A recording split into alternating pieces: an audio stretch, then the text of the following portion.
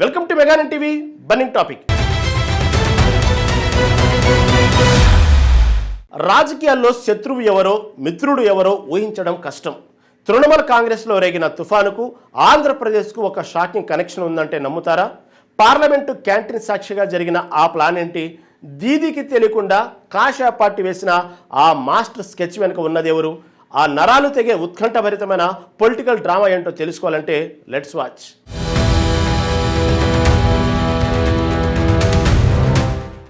పశ్చిమ బెంగాల్ రాజకీయాల్లో ప్రస్తుతం ఎవ్వరూ ఊహించని ఒక పెను సంచలనం చోటు చేసుకుంది. తృణమూల్ కాంగ్రెస్ పార్టీలో రేగిన తిరుగుబాటు వెనుక ఆంధ్ర నేత పేరు వినిపిస్తోంది. ఆయనే తెలుగు రాష్ట్రాల్లో అందరికీ సుపరిచితుడైన బీజేపీ ఎంపీ సీఎం రమేష్. ఒకప్పుడు టీడీపీలో ఉండి ఇప్పుడు కాషాయ గుటికి చేరిన ఆయన బెంగాల్ రాజకీయాల్లో చక్రం తిప్పుతున్నారు. బెంగాల్ సీఎం సువేందు అధికారి, భూపేంద్ర యాదవ్లు అధికారికంగా రంగంలో ఉన్న తెర వెనుక కథ నడిపింది రమేష్ అనే టాక్ వినిపిస్తుంది. టీఎంసీ అసమ్మతి ఎంపీలను బీజేపీ వైపు తిప్పడంలో ఈయన ఫోన్ సంప్రదింపులు కీలకంగా మారినట్లు తెలుస్తుంది. కేవలం 2 గంటల సమయం ఇస్తే ఎవరినైనా బీజేపీలో చేరేలా ఒప్పిస్తానని ఆయన సవాల్ చేస్తున్న వీడియో వైరల్ అవుతుంది. పార్లమెంట్ క్యాంటీన్ వేదికగా గత కొన్నేళ్లుగా టీఎంసీ ఎంపీలతో పెంచుకున్న స్నేహమే ఈ ఆపరేషన్ కు పునాదిగా తెలుస్తుంది.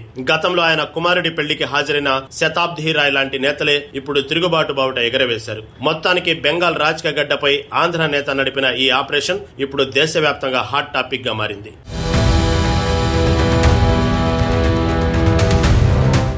పశ్చిమ బెంగాల్లో తృణమూల్ కాంగ్రెస్ సంక్షోభం భారత రాజకీయాల్లో ఒక కొత్త చర్చకు దారితీసింది. ప్రాంతీయ సరిహద్దులు దాటి ఆంధ్రప్రదేశ్ కు చెందిన సీఎం రమేష్ ఈ వ్యవహారంలో కీలక పాత్ర పోషించారని గుసగుసలు వినిపిస్తున్నాయి. గతంలో తెలుగుదేశం పార్టీలో ఉండి ప్రస్తుతం బీజేపీలో కొనసాగుతున్న రమేష్ ఈ ఆపరేషన్ ను నడిపారనే పొలిటికల్ టాక్. బహిరంగంగా సువేందు అధికారి బాధ్యతలు చూస్తున్నా తెర వెనుక యంత్రాంగమంతా రమేష్ ఆధ్వర్యంలోనే జరిగిందనే సమాచారం. ప్రజలను, నాయకులను ఒప్పించడమే తన నైపుణ్యానికి ఆయన గర్వంగా చెప్పుకుంటున్నారు. పార్లమెంటు కాంప్లెక్స్ పరిధిలో టీఎంసీ ఎంపీలతో ఏర్పడిన వ్యక్తిగత పరిచయాలను ఆయన బాగా వాడుకున్నారనే టాక్ వినిపిస్తుంది. తిరుగుబాటుదారుల్లో ప్రధాన నాయకురాలైన శతాబ్ది రాయ్ తో ఆయనకు పాత కుటుంబ సంబంధాలు ఉన్నట్లు తెలుస్తుంది. కేంద్ర దర్యాప్తు సంస్థల నుంచి రక్షణ కల్పించడంతో పాటు స్థానిక పోలీసు కేసుల నుండి మినహాయింపు ఇవ్వడం ఈ డీల్ ముఖ్య ఉద్దేశమనే ఇన్నర్ టాక్. అలాగే అసమ్మతి ఎంపీల నియోజకవర్గాల అభివృద్ధికి కేంద్రం పూర్తి నిధులు ఇస్తుందనే హామీ లభించింది అన్నట్లు తెలుస్తుంది. ఇక మరోవైపు ఈ ఆపరేషన్ లో ఎటువంటి ఆర్థిక లావాదేవీలు జరగలేదని, ఇదంతా కేవలం రాజకీయ వ్యూహం మాత్రమేనని రమేష్ స్పష్టం చేశారు. ప్రాంతీయ పార్టీలను బలహీనపరిచేందుకు బీజేపీ అనుసరిస్తున్న వ్యూహాలకు ఈ బెంగాల్ ఘటనే తాజా ఉదాహరణగా నిలుస్తుంది.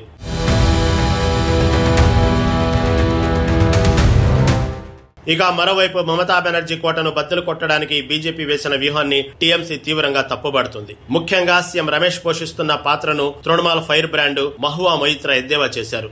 సీఎం రమేష్ కేవలం వార్తల్లో ఉండటానికే ఇలాంటి ప్రచారాలు చేసుకుంటున్నారని ఆమె కొట్టిపారేశారు. క్షేత్రస్థాయిలో రాజకీయం చేయడం చేతగాక కేవలం నెట్వర్కింగ్ తో మాత్రమే ఆయన మేనేజ్ చేస్తున్నారని విమర్శించారు. బెంగాల్లో ఒక పెద్ద కేక్ తయారవుతుంటే మధ్యలోకి వచ్చి తాను ఒక కిస్మిస్ వేశానని క్రెడిట్ కోరుకుంటున్నారని వ్యాఖ్యానించారు. కేక్ తయారు చేసే సామాగ్రి కానీ దానికి కావలసిన వనరులు కానీ సీఎం రమేష్ కావనివి ఆమె ప్రధాన ఆరోపణ. బీజేపీ అగ్రనాయకత్వం ముందు తన ప్రాధాన్యతను నిరూపించుకోవడానికి రమేష్ తాపత్రయపడుతున్నారని మొయిత్రా మండిపడ్డారు. అయినప్పటికీ 22 మంది ఎంపీలు మమతా బెనర్జీకి వ్యతిరేకంగా చేతులు మార్చడం బెంగాల్లో ప్రకంపనలు సృష్టిస్తోంది. ఈ ఎంపీలంతా కేవలం కేసుల భయంతో నియోజకవర్గాల నిధుల కోసం లొంగిపోయారని టీఎంసీ వర్గాలు భావిస్తున్నాయి. మొత్తానికి మమతా బెనర్జీ నమ్మకస్తులు ఈ తిరుగుబాటును తీవ్రంగా ఖండిస్తూనే అంతర్గత నష్ట నివారణ చర్యలు చేపట్టారు.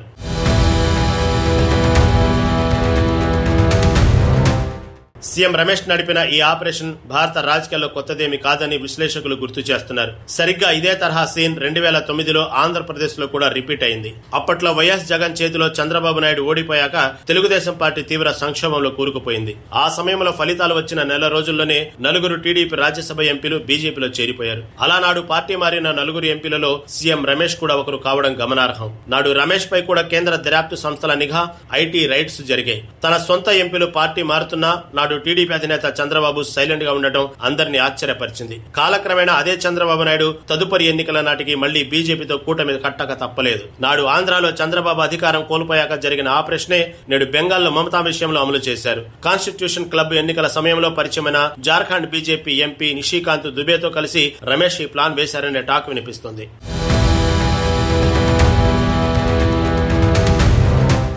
పశ్చిమ బెంగాల్ రాజకీయాల్లో నడిచిన ఈ సుదీర్ఘ ఆపరేషన్ వెనుక చాలా పక్కా ప్లానింగ్ కనిపిస్తుంది. సీఎం రమేష్ తెర వెనుక యంత్రాంగం నడిపినప్పటికీ క్షేత్రస్థాయిలో సువేందు అధికారి పాత్ర అత్యంత కీలకంగా మారింది. మమతా బెనర్జీని గద్దె దించడమే లక్ష్యంగా సువేందు అధికారి ఈ అసమ్మతి ఎంపీలతో నేరుగా చర్చలు జరిపారు. సయోని ఘోష్ వంటి కీలక మహిళా నేతలు కూడా మొదట వెనకడుగు వేసినా సువేందుతో వ్యక్తిగత భేటీ తర్వాతే లైన్ లోకి వచ్చారు. జూన్ 8వ తేదీన ఢిల్లీలో శతాబ్ది రాయ్ నివాసంలో జరిగిన డిన్నర్ సమావేశంలో ఈ డీల్ పూర్తిగా క్లోజ్ అయింది. విచిత్రంగా అదే రోజు ఢిల్లీలో విపక్షాల ఇండియా కూటమి భాగస్వామ్య పక్షాలు సుదీర్ఘంగా సమావేశమయ్యాయి. విపక్షాలన్నీ ఒకవైపు భేటీ అవుతుంటే మరోవైపు మమతా బెనర్జీ సొంత ఎంపీలు బీజేపీకి లొంగిపోవడం పెద్ద ఊపునిచ్చింది. ఎంపీల ఓటర్లలో అసంతృప్తి రాకుండా నియోజకవర్గాల అభివృద్ధి బాధ్యతను కేంద్ర ప్రభుత్వం తన భుజాన వేసుకుంది. ఎలాంటి డబ్బు లావాదేవీలు లేకుండా కేవలం భవిష్యత్తు రాజకీయ హామీలతోనే ఈ భారీ ఆపరేషన్ పూర్తయిందని ప్రచారం జరుగుతుంది.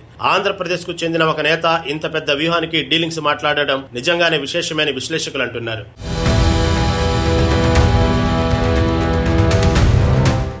ఢిల్లీ వేదికగా బెంగాల్ రాజకీయాలను శాసించే ఒక అద్భుతమైన రాజకీయ నాటకం తెరపైకి వచ్చింది. ఒకవైపు మమతా బెనర్జీ తన బెంగాల్ సామ్రాజ్యాన్ని కాపాడుకునే ప్రయత్నంలో ఉంటే మరోవైపు కోట గోడలు బద్దలవుతున్నాయి. మొత్తానికి సీన్ బెంగాల్దైనా స్క్రీన్ ప్లే మాత్రం ఆంధ్ర నేతదేనే స్పష్టమవుతుంది. మరి 22 మంది ఎంపీలు చేజారిన వేళ ఫైర్ బ్రాండ్ మమతా బెనర్జీ ఎలాంటి రివర్స్ అటాక్ చేయబోతున్నారనేది ఇప్పుడు అత్యంత ఆసక్తికరం. ఇది బెంగాల్ కేక్ మీద కిస్మిస్ లాంటిదంటూ ప్రత్యర్థులు దీన్ని హేళన చేయడానికి ప్రయత్నిస్తున్నారు. కానీ చరిత్రలో ఎన్నడూ లేని విధంగా ఒక ప్రాంతీయ పార్టీకి చెందిన ఎంపీలు ఇంత పెద్ద సంఖ్యలో ఫిరాయించడం సంచలనమే. మమతా కోటలో మంటలు పెట్టిన ఈ ఆంధ్ర నేత వ్యూహం రాబోయే రోజుల్లో ఎలాంటి మలుపులు తిరుగుతుందో చూడాలి.